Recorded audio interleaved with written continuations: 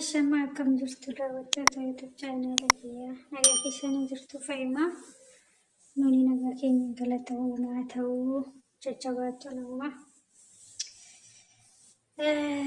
har'aa yaada takka qabadee isinii dhufe yaadichis maalee yoo jettanii haalaaf hin jilgeeffatanii yaada jedhuun qabadee dhufe haalaaf hin jilgeeffatanii gaafa jennu haalli jiruuf jireenya keessatti jechuudha. Haalli karaa garaagaraatiin namatti dhufa.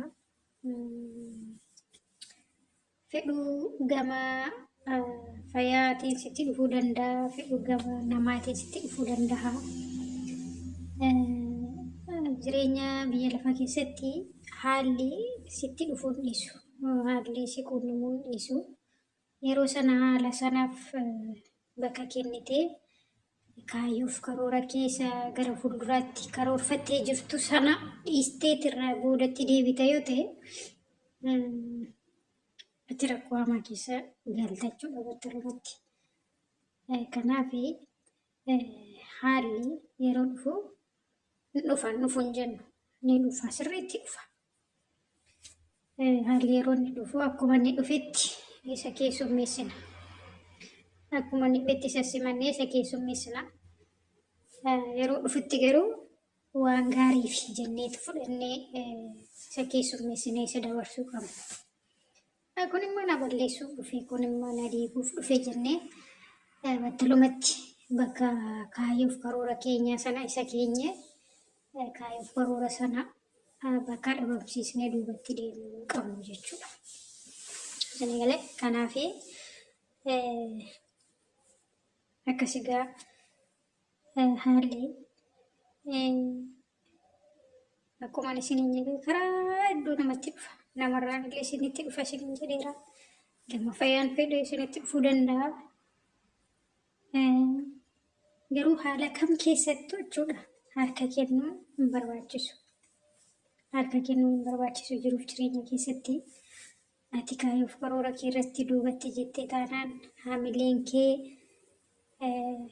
bu'ee taanaan abdii kutannaa keessa galte jennaan bakka ati jireenyatti lafa kanarra oduu waan takka hin jiru. Seegalee achuma irratti dhaabbataa jechuudha jiruuf jireenyi kee. Garuu haala dhufu hin ta'u kun immoo waan gaariif dhufe na jabeessuuf dhufe na cimsuuf dhufe wayina hubachiisuuf dhufe jettee haala sana gaarummaatti hiikkattee jechuudha. Akkuma inni dhufetti keessummeessitee isa dabarsitee ati kaayyoo keetti kan ati ilaaltee deemuu qabdu. Maaliif mul'annii fi kaayyoo karoorri kee inni si keessaa suni haala laaftuu dhuftee jireenya kee diiguudhaaf sitti dhufte sanarraan ol guddaadha jechuudha. Sanaan ol guddaadha waan ta'eef sanaaf bakka kennitee duubatti jechuu hin qabdu. Haalaaf jilbeeffachuu hin qabdu. Akkasii ati haalaan ol taatee argamuu qabda yoomillee taanaaf haalli sitti dhimma bahuu hin qabdu situ haalatti dhimma bahuu qaba malee akkasii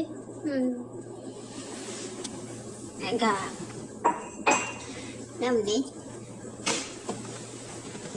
lafa kanarra yoo jirutti ijoollee haalli nama mudatu jechuun dandeenyu guyyaa guyyaatti jechuudha.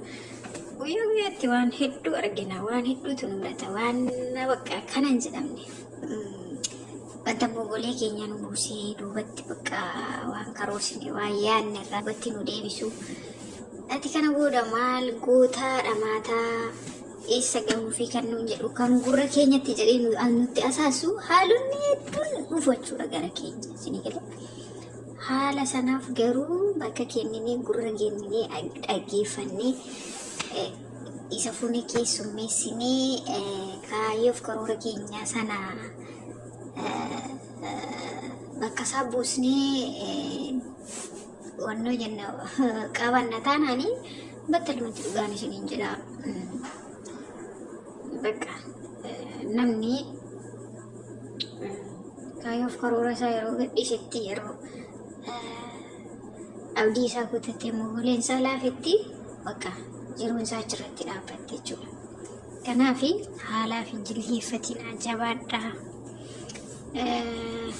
Gara fuulduraatti tarkaanfadhaa isiniin jedha.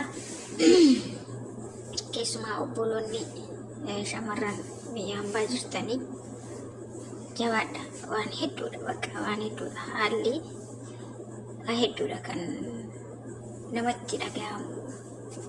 Wanti namatti asaasamu waa hedduu jira waan ta'eef haala sana gurran kennina. Anatu jabduudha jedha. Sirra kaayyoo koof karoora kootu jabaadha. Ati narratti aboon qabu jettanii haala sana achirratti ofirratti akkuma isheen dhuftetti ishee keessummeessitanii ofirra ishee dhaqsuu qabdan jechuudha. Kanaafuu haalaa fi jilbeeffatiin haa taasumaayyuu. Okay? Akkasii jabaadhaa. Kaayyoof karoora keessan galmaan ga'uuf immoo jabduu ta'uu qabdanii, jabaa ta'uu qabdanii, kaayyoo keessanitti ciccitanii gara fuulduraatti deemuu qabdanii. Akkasiin isiniin jedha. Yaada bal'aa yeroo biraa qabannee waliin deebina. Ammaaf xiqqoo ishee bakka qoqqorrii jira. Qorri isaa yoo xiqqoo nama dubbachiisu dhugaan isiniin jedha. Meeshaadhuma firiijii ta'een meeshaadhuma firiijii taa'u nu taasisee jira. Akkasii waaqayyo nuuf haa laaffisu jennaanii. Akkasiin isiniin jedha daraa keessan warri YouTube channel kanaaf haaraa taatanii as goraa maatii taanu jajjabeessaa. Warri immoo wajjin jirtan maamilee nuuf taa'ertan nu jajjabeessartan galatoomaa ulfaadhaa isiniin jenna. Hirmaannaan keessan taafuufuu isiniin jenna. Wal jajjabeessaa. Namni wal jajjabeessee harka wal qabatee deeme bakka guddaa ga'a. Isiniin jenna. Yaadni keenya irraa kan nu fakkaata nagaan tura. Bye.